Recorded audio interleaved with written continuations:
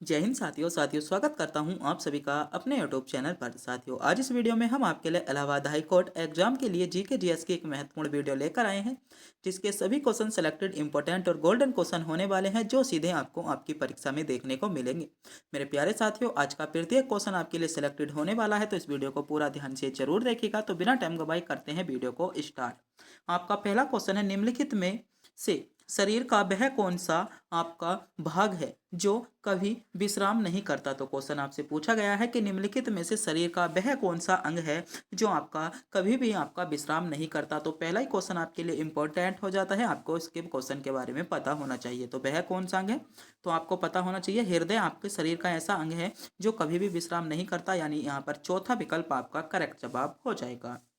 अगला क्वेश्चन देखते हैं। क्वेश्चन ध्यान से पढ़िएगा क्योंकि क्वेश्चन इंपॉर्टेंट है। क्वेश्चन है, यदि खेत में सांप और गिद्ध चूहे को आपका खा रहे हैं। आपका क्वेश्चन पूछा जा रहा है, यदि खेत में सांप और गिद्ध जो है चूहे को खा रहे हैं, यदि उसी खेत में जंगली कुत्तों को छोड़ दिया जाए तो तत्काल परिणाम क्या होगा। ये क्वेश्चन आपका एसएससी सीजीएल 2000 आपका जो 22-23 वाला एग्जाम था, उसमें क्वेश्चन आपसे पूछा गया था। क्वेश्चन आपके लिए इंपॉर्टेंट है, क्वेश्चन आपका इंपॉर्टेंट है। एसएससी सीजीएल में क्वेश्चन पूछा जा चुका है। ऐसे ही क्वेश्चन आपका सीधा था, क्वेश्चन था, यदि खेत में सांप और गिद्ध चूहे को खा रहे हैं, यदि उसमें तत्काल जंगली कुत्तों को छोड़ दिया जाए तो तत्काल परिणाम क्या होगा। तो तत्काल परिणाम क्या होगा, गिद्ध की संख्या में कमी आ जाएगी। इसमें क्या होगा, तत्काल परिणाम जो होगा उससे जो होगा गिद्धों की संख्या में कमी आ जाएगी, यानी गिद्ध जो है वहां से भाग जाएंगे। यानी इसमें बी विकल्प यानी दूसरा विकल्प आपका करेक्ट जवाब हो जाएगा।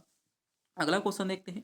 अगला क्वेश्चन है, राज्यसभा को भंग करने के लिए निम्नलिखित में से कौन सक्षम है। तीसरा क्वेश्चन इंपॉर्टेंट है कि राज्यसभा को भंग करने में कौन सक्षम है। बताइए, क्वेश्चन आपका इंपॉर्टेंट है कि राज्यसभा को, तो मेरे प्यारे साथियों पहले तो आपको पता होना चाहिए कि राज्यसभा कभी भी आपकी भंग नहीं होती, मात्र लोकसभा ही भंग होती है। तो इस क्वेश्चन में अधिकांश बच्चे कंफ्यूज हो जाते हैं, और राष्ट्रपति यहाँ पर आपका अध्यक्ष के रूप में यानी राष्ट्रपति भंग कर सकता है, दूसरा विकल्प यहाँ पर अधिकांश बच्चे चुन आते हैं। तो आपको पता होना चाहिए, आपको डाउट में नहीं फंसना है, केवल आपकी जो है लोकसभा ही भंग होती है, ना कि राज्यसभा। तो उपयुक्त में से कोई भी आपका भंग नहीं कर सकता, यानी इसमें डी विकल्प के साथ आपका करेक्ट जवाब हो जाएगा। अगला क्वेश्चन देखते हैं। अगला क्वेश्चन है, निम्नलिखित में से वह अधिकार कौन सा है जिसकी गणना भारत के संविधान में नहीं की गई है, लेकिन जिसे आपका उच्च न्यायालय या उच्चतम न्यायालय के ने मौलिक अधिकार बताया है। तो क्वेश्चन इंपॉर्टेंट है, क्वेश्चन आपसे पूछा गया है, निम्नलिखित में से ऐसा कौन सा अधिकार है जिसकी गणना भारतीय संविधान में नहीं है, लेकिन सुप्रीम कोर्ट ने उसे मौलिक अधिकार बताया है। तो कौन सा हो जाएगा आपका, इसमें हो जाएगा निजता का अधिकार। आपका पहला ही आपका इसमें विकल्प सही जवाब होगा। पहला विकल्प जिन बच्चों ने चुना है बिल्कुल सही चुना है, पहला विकल्प आपका करेक्ट जवाब हो जाता है। आगे बढ़ते हैं। अगला क्वेश्चन है, निम्नलिखित में से सबसे बड़ा व्रत है। तो आपसे क्वेश्चन पूछा गया है, निम्नलिखित में से आपका सबसे बड़ा व्रत कौन सा है। तो आपका विषुवत व्रत, विषुवत व्रत जो है वह आपका सबसे बड़ा व्रत है, आपको ध्यान रखना है। विषुवत व्रत आपका दूसरे विकल्प में आपको दिया गया है। विषुवत व्रत जो है वह आपका दुनिया का यानी सबसे बड़ा आपका इसे व्रत बोल सकते हैं, दूसरा विकल्प इसमें आपका करेक्ट जवाब हो जाएगा। अगला क्वेश्चन देखते हैं। अगला क्वेश्चन है, भारत में सबसे पहला आपका टोन मिल यानी कपड़े का मिल निम्नलिखित में से किस शहर में स्थापित किया गया था। तो बात कर रहे हैं भारत में सबसे पहले हम कपड़े के मिल की, तो भारत में जो सबसे पहला कपड़े का मिल था मेरे प्यारे साथियों, वह आपका मुंबई या बॉम्बे में आपका स्थापित किया गया था, यानी दूसरा विकल्प आपका इसमें सही जवाब होगा, विकल्प दूसरा आपका करेक्ट जवाब होगा। अगला क्वेश्चन है, निम्नलिखित में से वह कौन सी कृति है जो रविंद्रनाथ टैगोर की नहीं है। तो रविंद्रनाथ टैगोर की इसमें से आपकी कौन सी कृति नहीं है, तो कपाल कुंडला, कपाट कुंडला जो है आपकी रविंद्रनाथ टैगोर की नहीं है, आपका दूसरा विकल्प करेक्ट जवाब होगा।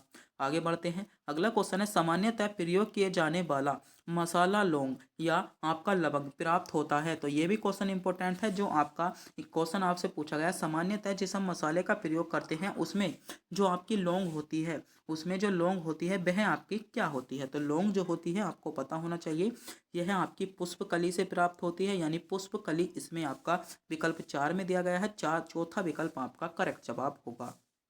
आगे बढ़ते हैं। अगला क्वेश्चन है, निम्नलिखित में से वह राज्य संघ राज्य क्षेत्र कौन सा है जिसमें कोई आपका अभिज्ञान जनजाति समुदाय नहीं रहता या जनजाति समूह आपका नहीं है? तो बताइए कौन सा है? तो इसमें आपका अगर हम बात करें तो इसमें सही जवाब क्या होगा? इसमें आपका हरियाणा राज्य आपका करेक्ट जवाब होगा। हरियाणा राज्य में कोई भी जनजाति समुदाय नहीं रहता है, यानी विकल्प बी यहाँ पर आपका करेक्ट जवाब हो जाएगा। आगे बढ़ते हैं। अगला क्वेश्चन है, कौन सी पर्वत आपकी श्रृंखला नर्मदा और ताप्ती नदी को अलग करती है? क्वेश्चन पूछा गया है कौन सी पर्वत श्रृंखला आपकी ऐसी है जो नर्मदा और ताप्ती नदी को अलग करती है? तो बताइए। तो नर्मदा और ताप्ती नदी जो है इसको जो अलग करती है मेरे प्यारे साथियों, आपका सही जवाब क्या होगा? सतपुड़ा आपकी पर्वत श्रृंखला करती है, यानी तीसरा विकल्प इसमें आपका करेक्ट जवाब हो जाता है। आगे बढ़ते हैं। अगला क्वेश्चन है, उस संघ राज्य क्षेत्र का नाम बताइए जहां निर्वाचित विधानसभा और विधान मंत्री परिषद है। बताइए, क्वेश्चन पूछा गया है, इंपॉर्टेंट क्वेश्चन है। तो क्या हो जाएगा यहाँ पर? पांडुचेरी आपका या पांडेचेरी आपका चौथे विकल्प के साथ यहाँ पर आपका करेक्ट जवाब होगा, जिन बच्चों ने विकल्प 4 को चुना है। अगला क्वेश्चन देखते हैं। अगला क्वेश्चन है, निम्नलिखित में से कौन सी पर्वत श्रृंखला मात्र एक ही राज्य में फैली है? तो इनमें से कौन सी पर्वत श्रृंखला ऐसी है जो मात्र एक ही राज्य में फैली है? तो एक ही राज्य में मात्र आपकी कौन सी पर्वत श्रृंखला से फैली है, आपको इसके बारे में भी पता होना चाहिए। तो यहाँ पर क्या हो जाएगा? अरावली आपका सही जवाब होगा। अगला क्वेश्चन है, सिंधु घाटी सभ्यता की मुख्य विशेषता है। तो सिंधु घाटी सभ्यता की आपको एक मुख्य विशेषता बताना है। इन चारों विकल्पों में से सिंधु घाटी सभ्यता की मुख्य विशेषता क्या है? तो बताइए, क्वेश्चन आपसे पूछा गया है सिंधु घाटी सभ्यता की एक मुख्य विशेषता आपसे पूछी जा रही है। तो सिंधु घाटी सभ्यता की जो मुख्य विशेषता वह है आपकी, यह एक नगर योजना है। कैसी है? यह एक नगरीय योजना थी, यानी इसमें जो होगा पहला विकल्प आपका करेक्ट जवाब होगा, जिन बच्चों ने पहले विकल्प को चुना है। अगला क्वेश्चन है, भारत में बचत का सबसे बड़ा भाग किससे प्राप्त होता है? तो क्वेश्चन पूछा गया है भारत में बचत का सबसे बड़ा भाग। तो बात करें भारत में बचत के सबसे बड़े भाग की, तो भारत में जो मेरे प्यारे साथियों बचत का सबसे बड़ा भाग आपका प्राप्त होता है, वह कहाँ से होता है? तो ये आपका घरेलू क्षेत्र से होता है। घरेलू क्षेत्र यानी दूसरे विकल्प के साथ यहाँ पर आपका करेक्ट जवाब हो जाएगा। आगे बढ़ते हैं। अगला क्वेश्चन है, भारतीय अर्थव्यवस्था के उदारीकरण का अग्रदूत किसको कहा जाता है? तो क्वेश्चन पूछा गया है कि भारतीय अर्थव्यवस्था के उदारीकरण का अग्रदूत किसको कहा जाता है? तो भारतीय अर्थव्यवस्था के अगर हम उदारीकरण के अग्रदूत के बारे में बात करें तो यह किसको कहा जाता है? ये आपका जो कहा जाता है डॉक्टर मनमोहन सिंह को कहा जाता है। डॉक्टर मनमोहन सिंह यानी इसमें पहला विकल्प आपका करेक्ट जवाब हो जाएगा। आगे बढ़ते हैं। अगला क्वेश्चन है, इंडिया ब्रांड इटिक फंड की स्थापना आपके किस वर्ष की गई थी? तो मेरे प्यारे साथियों, आपको पता होना चाहिए स्थापना कब की गई थी। तो इसकी स्थापना आपकी 1996 में की गई थी। 1996 आपको विकल्प 3 में दिया गया है, यानी तीसरा विकल्प यहाँ पर आपका करेक्ट जवाब होगा। आगे बढ़ते हैं। अगला क्वेश्चन है, भारत में आर्थिक नियोजन कब आरंभ हुआ? बताइए, क्वेश्चन सेलेक्टेड है, क्वेश्चन पूछा जा रहा है भारत में आर्थिक नियोजन कब आरंभ हुआ? तो बताइए, भारत में आपका आर्थिक नियोजन, भारत में अगर हम बात करें आर्थिक नियोजन की, तो आर्थिक नियोजन आपका 1951 में आरंभ हुआ था, यानी 1951 दूसरे विकल्प के साथ इसमें आपका बिल्कुल करेक्ट जवाब हो जाएगा। अगला क्वेश्चन देखते हैं। अगला क्वेश्चन है, व्यापारिक बैंकों द्वारा जनित शाखा का नियंत्रण कौन करता है? तो जो आपकी व्यापारिक बैंक होती है उनके द्वारा जो जनित शाखा होती है उनका नियंत्रण जो करता है आरबीआई बैंक करता है। आरबीआई बैंक यानी तीसरा विकल्प इसमें आपका करेक्ट जवाब हो जाएगा। आगे बढ़ते हैं। अगला क्वेश्चन है आपका, लाइसेमेन और आपका फ्लाइट शब्द निम्नलिखित में से किस खेल से जुड़े हैं? तो ये जो जुड़े हैं आपको पता होना चाहिए, ये मेरे प्यारे साथियों आपके बैडमिंटन से जुड़े हैं। पहला विकल्प आपका करेक्ट जवाब होगा।